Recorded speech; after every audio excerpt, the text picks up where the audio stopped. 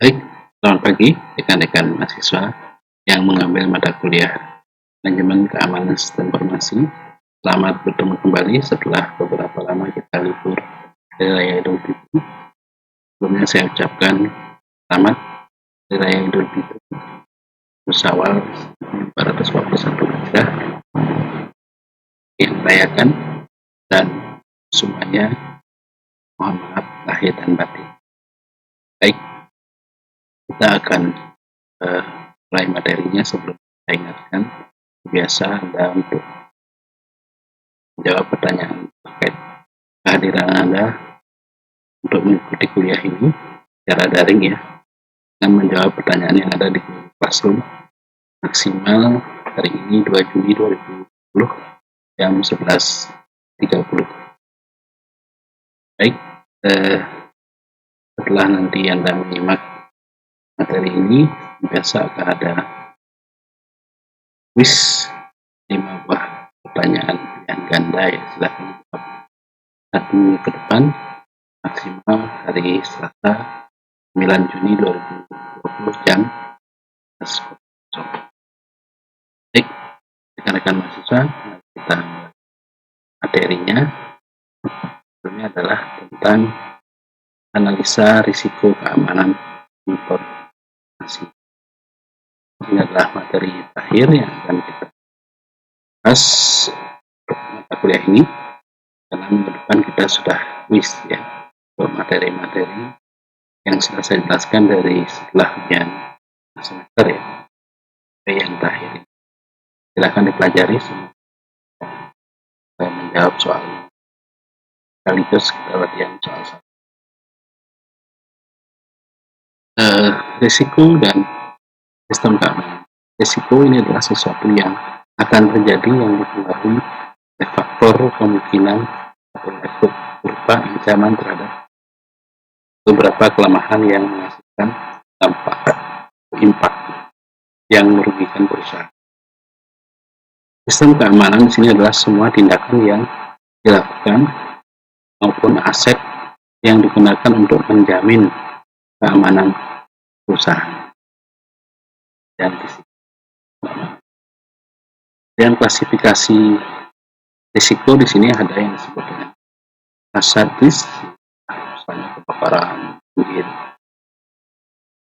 di pencurian energi, financial risk, harga misalnya tinggi seperti sekarang ya, pesawat yang dulu bisa murah meriah sekarang ini jadi mahal. Kredit, inflasi, dan sebagainya. Berikutnya adalah risk, risiko strategi di sini. Ini terkait dengan itu, inovasi, regulatory, kebijakan yang berubah ya, dan image ya,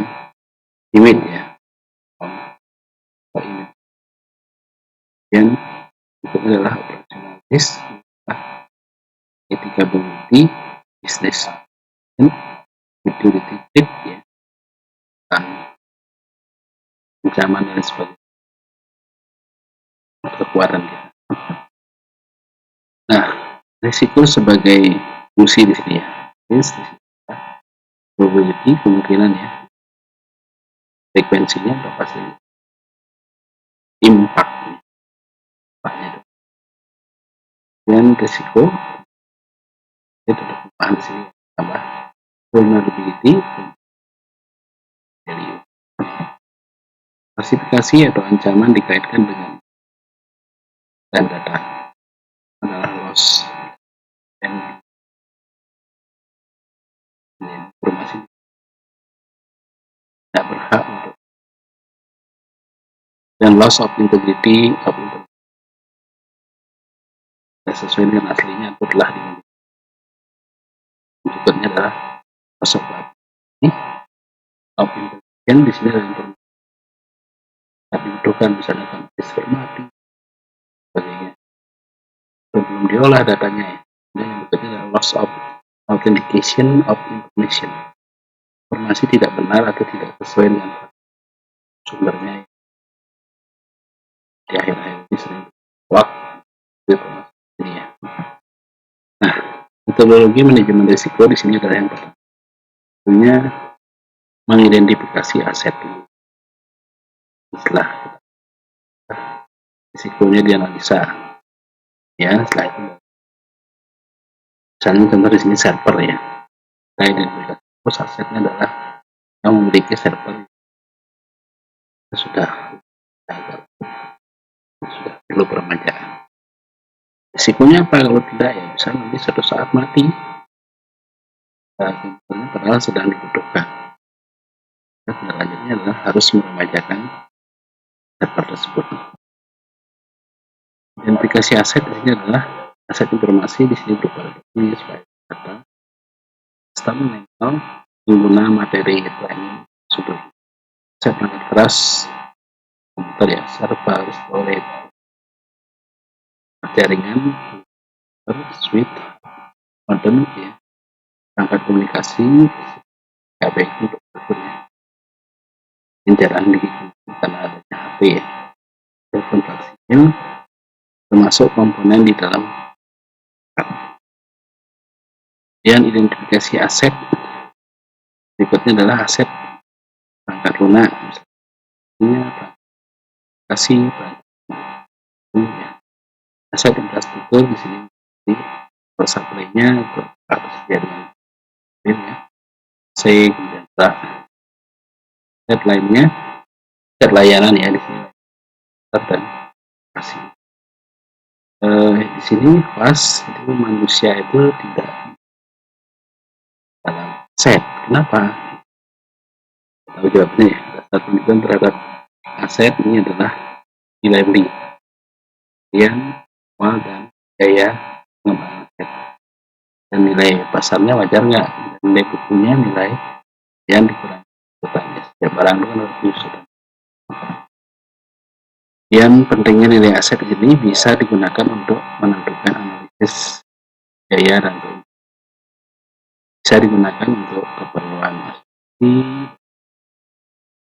mengambil keputusan dalam memilih tindakan penanggulangan terhadap pelanggar keamanan. Klasifikasi aset di sini, misalnya aset yang ini adalah kehilangan fungsi aset tidak ganggu. Ini kalaupun terjadi gangguan gitu ya, mas, risiko tidak menjadi. Kalau sekarang ini kehilangan fungsi aset mengganggu proses ini, kalau sini sudah mengganggu ya. Apalagi yang sudah tinggi ya, ini kehilangan fungsi aset, menghentikan proses bisnis yang apa? Jadi transaksi ke internet mati, macet gitu ya. Itu bisa enggak sekian transaksi dan sebagainya. Nah, di sini tadi kita identifikasi asetnya ya, dan analisa gitu ya. Maupun kita lakukan dengan langkah ini. Yang analisis risiko di sini adalah mencegah lebih baik daripada kita ya. Daripada kita sakit dulu baru kita berobat, lebih baik menjaga diri, imunitas kita jaga. Itu lebih baik. Perlunya analisis risiko di sini adalah memberikan gambaran biaya, dukung proses perusahaan yang hardware dan software itu, yang membantu perusahaan untuk fokus pada penyediaan sumber daya keamanan, bukan aset tambahan, bisa orang, bisa hardware, software, infrastruktur, dan layanan. Nah, perlunya risiko ini itu memperkirakan aset mana ancaman ya, dua umurnya atau dan perkirakan risiko yang akan terjadi tadi setelah sekian tahun mesti akan ada kerusakan, dan menentukan solusi untuk mengatasi risiko dengan menerapkan kendali. Nah, pendekatan analisis risiko di sini bisa kuantitatif, pendekatan negatif. Kualitatif menggunakan kualitatif ya. jelas dan diangkakan kualitatifnya. Ini bagus gitu ya. Kalau kuantitatif kan bagus itu berapa? Bagus kalau hanya 10 misalnya. Dan bisa dilakukan secara bersama atau terpisah. Pertimbangannya adalah waktu dan biaya. Dan menganalisa risiko kuantitatif di sini adalah untuk nilai finansial dijabarkan dalam bentuk neraca, laporan tahunan, analisis data, dan sebagainya. Ini digunakan untuk estimasi atau dan das. Nah, annual loss expectation itu disingkat D ya, adalah nilai aset punya dari nilai annual loss expectation. EF di sini adalah expose factor, indikasi kehilangan karena ancaman.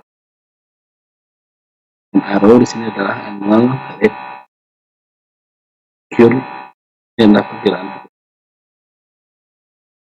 ancaman tahun.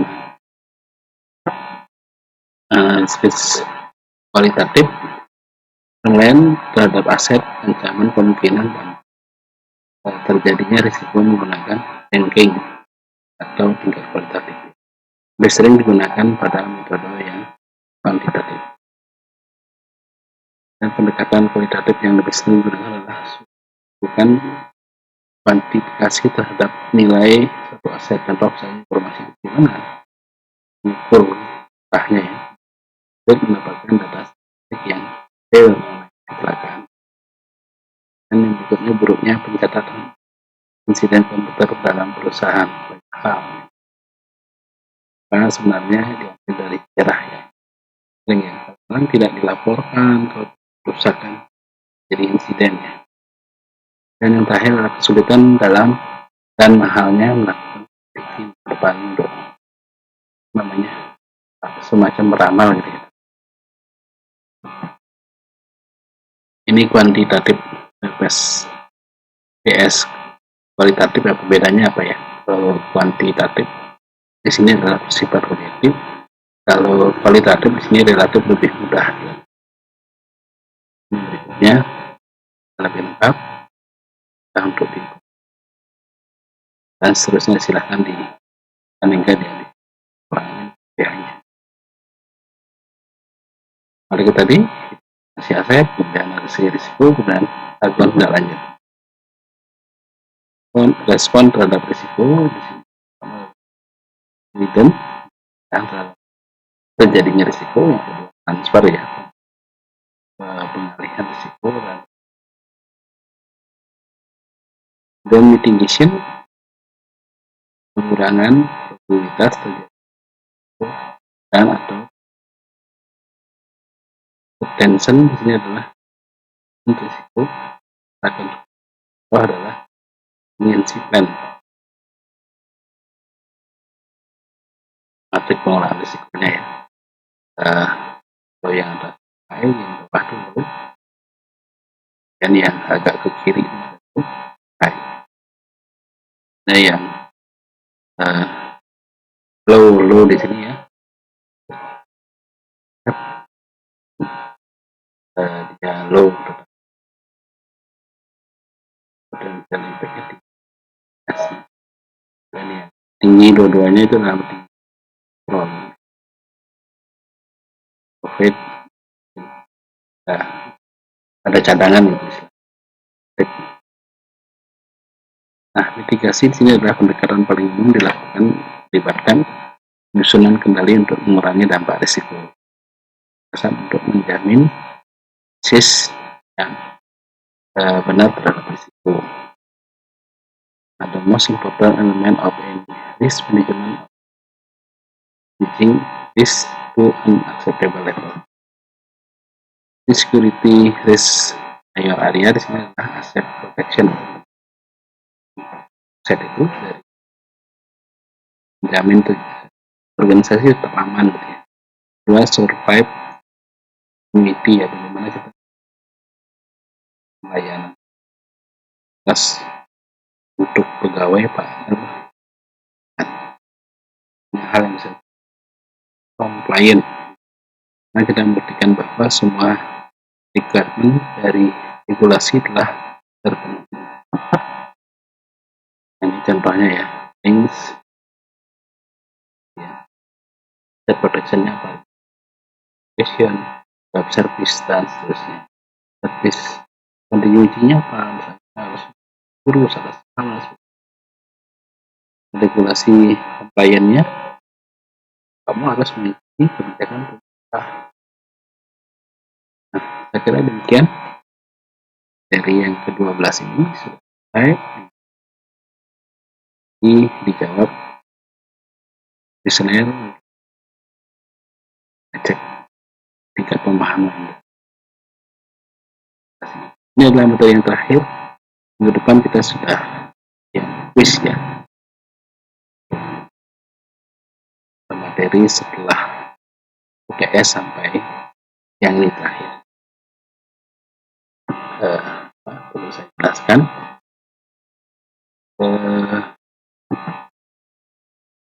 sekali lagi terima kasih atas perhatiannya pada rekan-rekan mahasiswa. Jangan lupa quiznya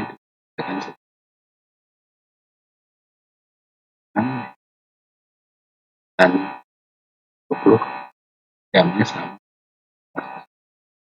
Baik, saya kira demikian. Sekali lagi terima kasih atas perhatiannya. Selamat pagi.